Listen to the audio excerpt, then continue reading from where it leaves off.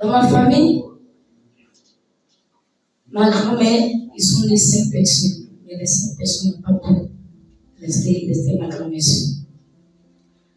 Ainsi que ma grand-mère aussi cherchait un enfant tellement qu'elle ne gagnait pas à l'âge de 40 ans. Alors que ma grand-mère, puisqu'elle ne veut pas d'église, elle va tourner sur les contours chez les féticheurs de la roue avant de pouvoir prendre la grossesse de l'autre.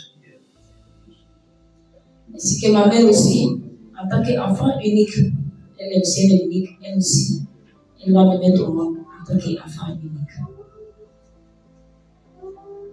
Et donc, quand je voyais ma famille, je disais, mais c'est quel genre de famille? C'est malheureux. Ma grand-mère, quand j'étais petite, elle ne fait que me prendre à chaque fois, aller faire des adorations. Donc ma vie était comme ça parce que je ne pensais pas Dieu. Et donc un jour, j'étais là, et puis il y a une église qu'on appelle Patisserie. Il est venu dans le village. Ils ont même fait l'évangélisation. J'étais à la maison, j'étais couchée. C'est ainsi que j'ai entendu qu'on dit que les gens chantaient. Si quelqu'un est en crise, il est une nouvelle créature. Et voici les choses anciennes sont passées et toutes choses sont devenues nouvelles. Mais si quelqu'un est en crise, bon, je vais aller voir. Parce que si je vais répéter, je vais devenir une nouvelle personne. Et c'est comme ça que je suis arrivée. Les gens ont chanté, on a dansé. Quand on a fini, ils ont demandé quelles sont les nouvelles personnes qui veulent donner vie à Jésus. Et dis-moi. Et c'est comme ça que je donnais ma vie à Jésus. À l'époque, il y avait des missionnaires qui étaient venus avec des plans.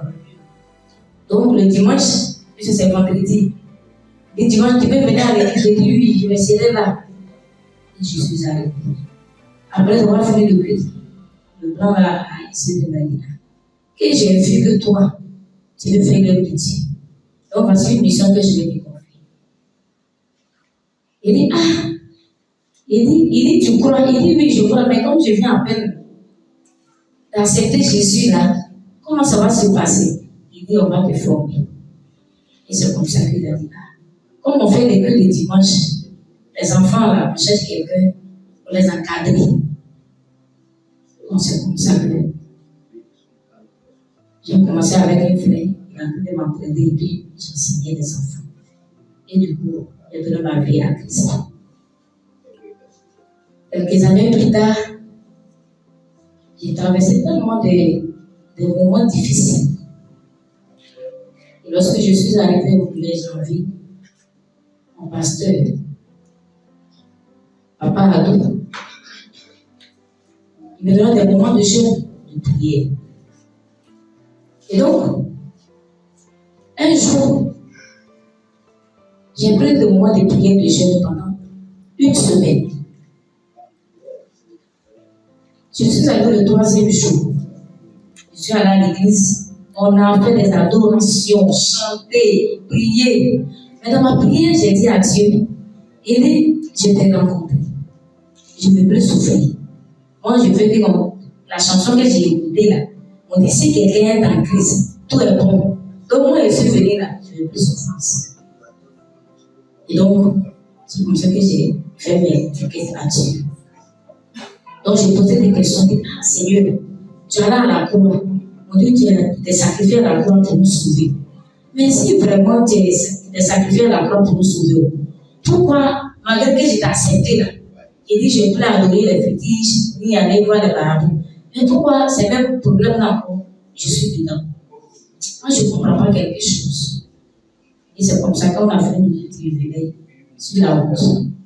Je me voyais dans le ciel et fondu comme ça la croix. Donc j'étais au milieu de la route. Les voitures klaxonnaient, pépé, et je regardais la croix qui était dans le ciel dans ce moment. Et juste après, je suis venue à la maison. J'avais payé un pain de tissu que je devais coudre, mais je n'avais pas eu l'argent. Donc j'ai mis paille là dans mon sac, en bas de mon sac. Après avoir fait le moment de jeûne de 7 jours, le troisième jour, quand j'ai vu la croix dans le ciel, un bon jour, il dit, je vais aller prendre mon paille pour aller déposer chez un couturier. Je soulève le paille là, je vois la croix est divisée dans paille. Jusqu'à présent, paille là, dans mes affaires.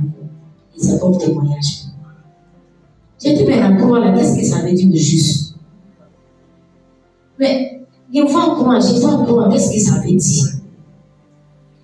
Donc, dans les années 2010, j'ai eu des moments très difficiles. Mes parents m'avaient abandonné quand j'avais pris grossesse de mon premier fils. J'étais dans les rues. Rien qu'en allant chez ma mère, elle allait m'accueillir. Arrivée chez ma mère, elle disait, j'ai un sac. Je lui disais, pourquoi faire? Il dit, mais Seigneur, c'est moi-même. Parce que si j'avais obéi à ta parole, je n'allais pas arriver là. Mais je porte ta croix. Et c'est comme ça qu'en 2011, dans toutes mes situations, dans mes problèmes, mon frère m'a appelé, viens sur Abidjan. Je suis venu à Abidjan. Je cherchais une église parce que je ne savais pas où se trouvait l'église baptiste. Un dimanche est passé. Le deuxième dimanche, Seigneur, mais guide-moi quelque part, je dois aller prier. Je dois aller révéler ma vie. C'est comme ça que j'ai intégré l'église Buisson Adam à commencer. Moi, je suis arrivé là-bas. Le pasteur a demandé de nouveau venir. Il me suis levé, présenté. Il m'a demandé qui t'a invité. Il dit, c'est le Saint-Esprit qui m'a envoyé. Et c'est comme ça que ma vie a été bâtie. Donc, étant dans l'église, j'ai appris une seule chose, servir Dieu.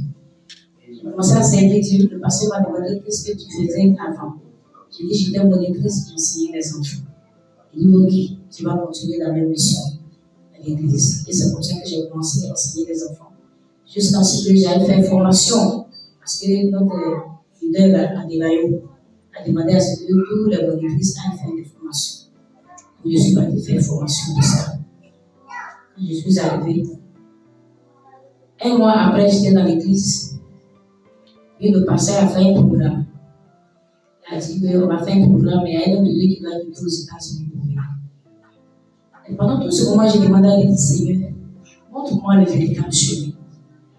Je ne veux plus parcourir des églises, mais je t'implore de me guider là où il y a la vérité. Je ne cherche que la vérité. Et donc, c'est comme ça que j'ai demandé à Dieu.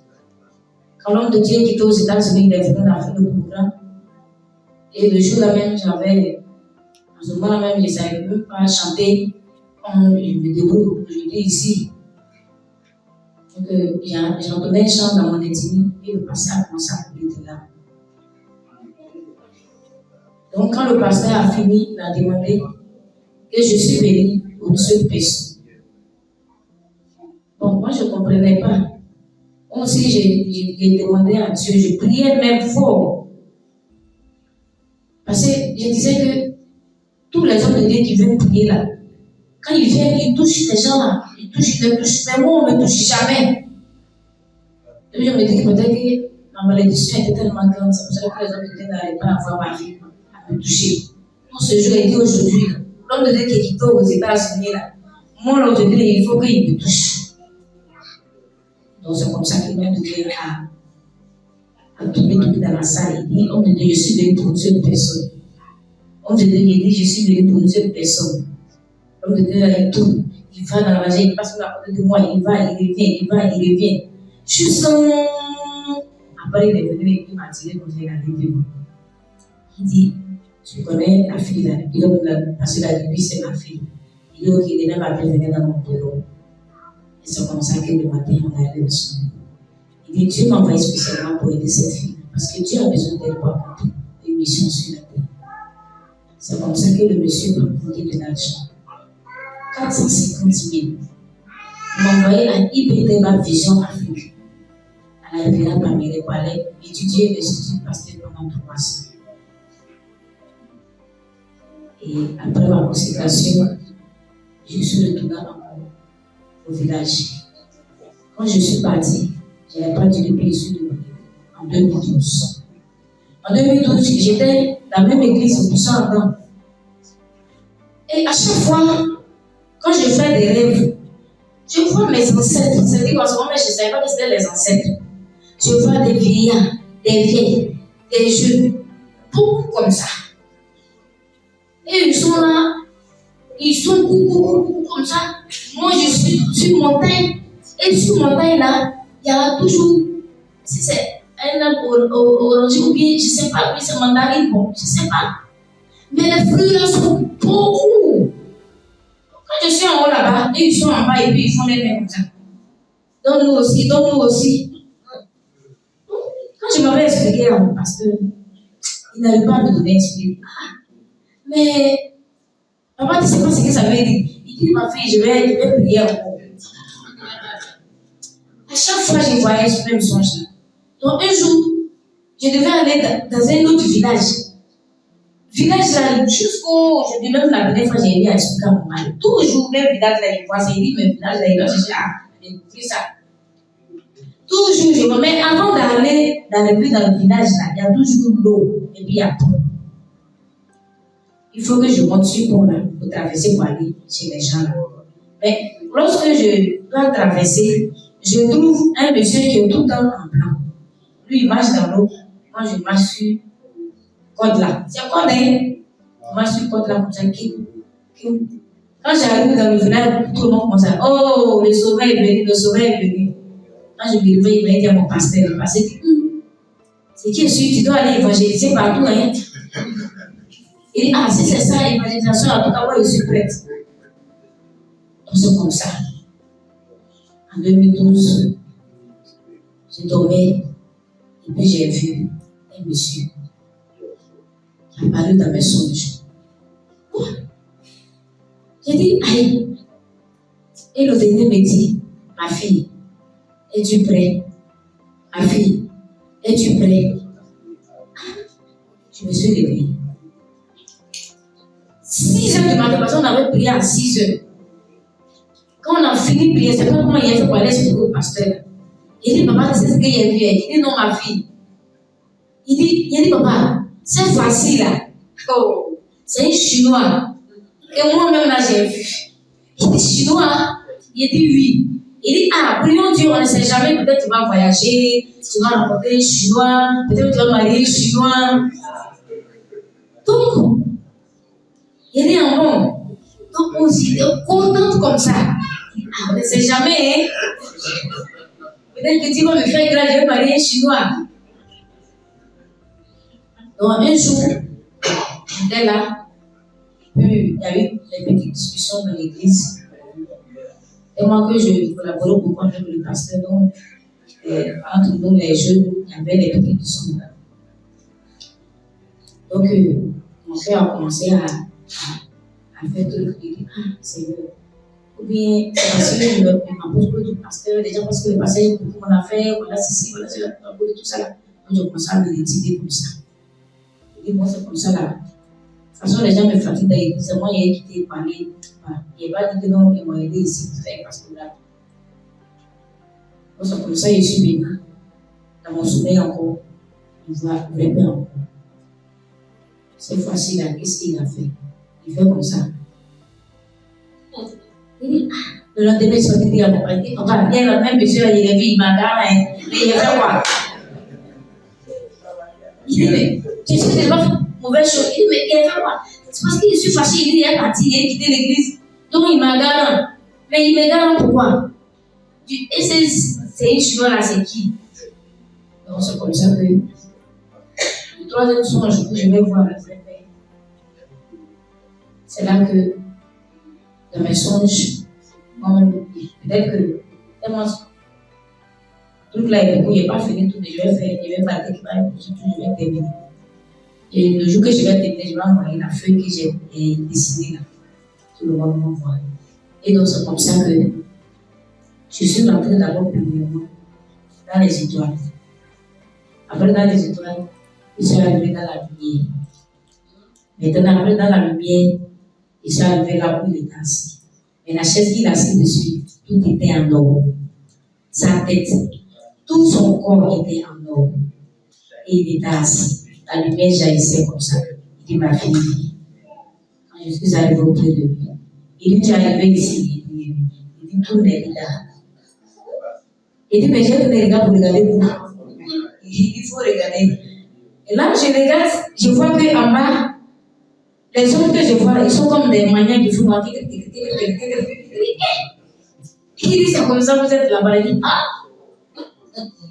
Donc, c'est comme ça on vit là-bas. Il dit, ma fille, voilà ça. Donc, le tout. Mais avant d'y partir, je vais te donner quelque chose. Et là, papa peut témoigner. Il m'a donné 2 clés. Les 2 clés qu'il m'a données, c'est comme avant on voulait ancien clé là, comme H là. Il m'a donné 2.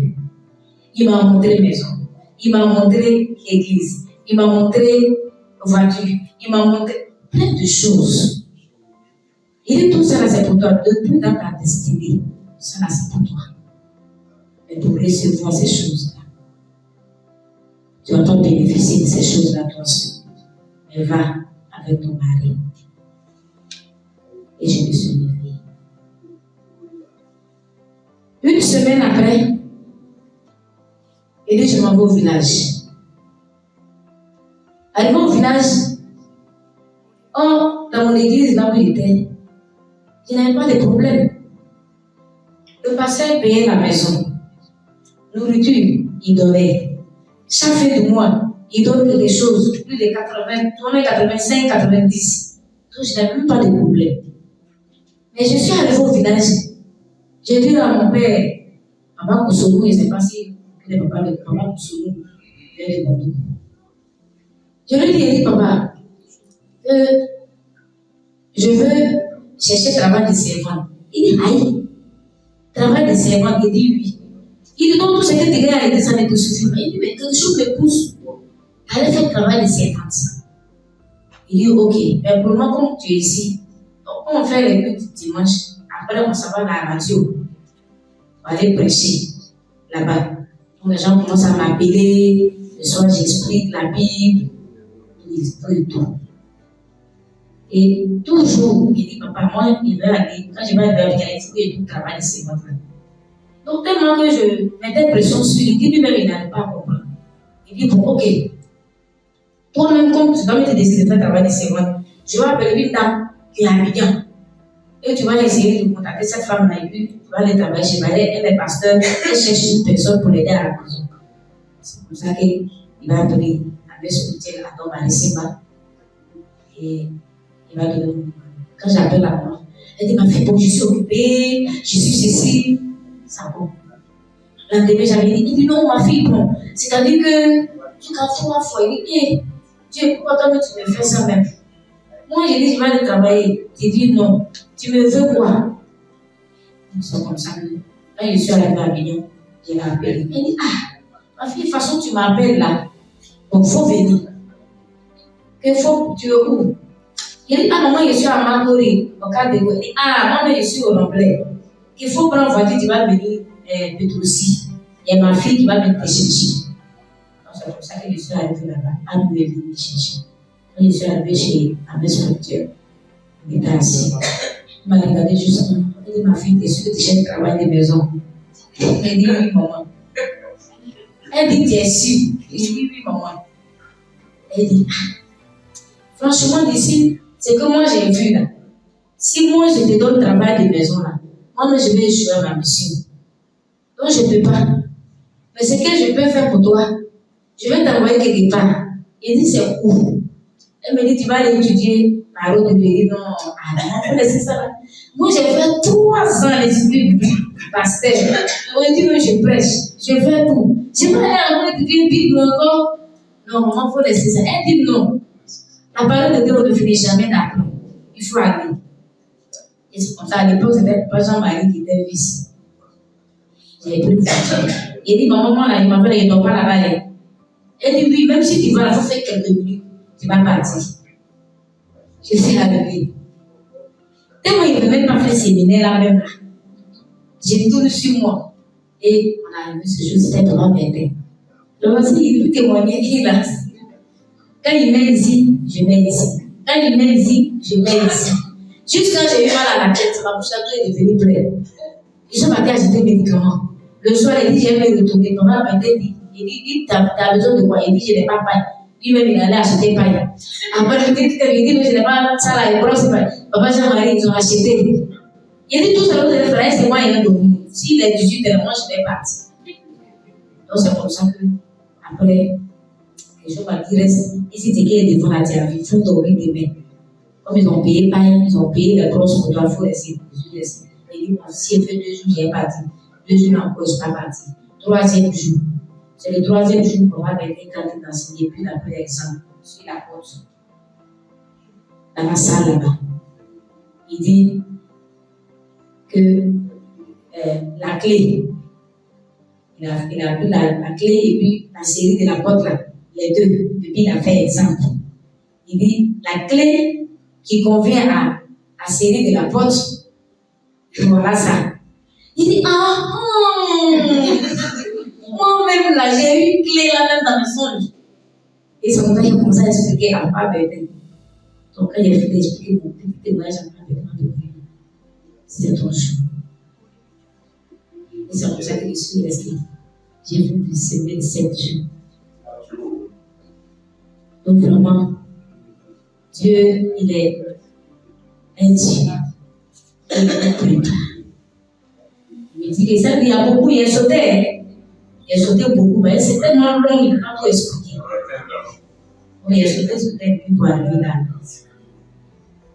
Vraiment, je suis contente. C'est pour cela qu'il dit, même si la situation semble difficile, je vais toujours avancer. Même si les gens me persécutent, je vais toujours avancer. Parce que je pense qu'il n'y a pas d'autre issue. Il n'y a pas d'autre lumière. Parce que lorsque j'étais dans les ténèbres, j'ai vu la lumière qui sont les vrais parents de l'humanité.